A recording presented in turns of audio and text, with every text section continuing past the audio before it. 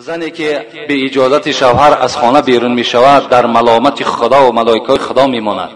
وقتی اگرچه خانه پدرش می رود، اگرچه خانه یگان نزدیکترین آدمش می رود، وقتی اجازت شوهر نباشد، وقتی که اگر اون زن باز به مردهای بیگانه دست درازی کند و باز به این شوهر زندگی کند، این زندگی حرام است و این مرد دیوس است. الدیوس لا يدخل الجنة ولو كان معه صلاة و صوم. پیغمبر میگه دیوس داخل جنت نمی شود اگر چند که نماز روزه بسیار هم که داشته باشد. البته مردی که اگر پیش راه زن خچه گرفته نتواند، وقتی مردی که اگر حکمی او در زنش نگذرد، مردی که اگر باز میداند که زن او این چنین فاحشه است با او زندگی میکند، این دیوس است. زنی که به اجازت شوهر از خانه بیرون می شود در ملامت خدا و ملائکه خدا می ماند.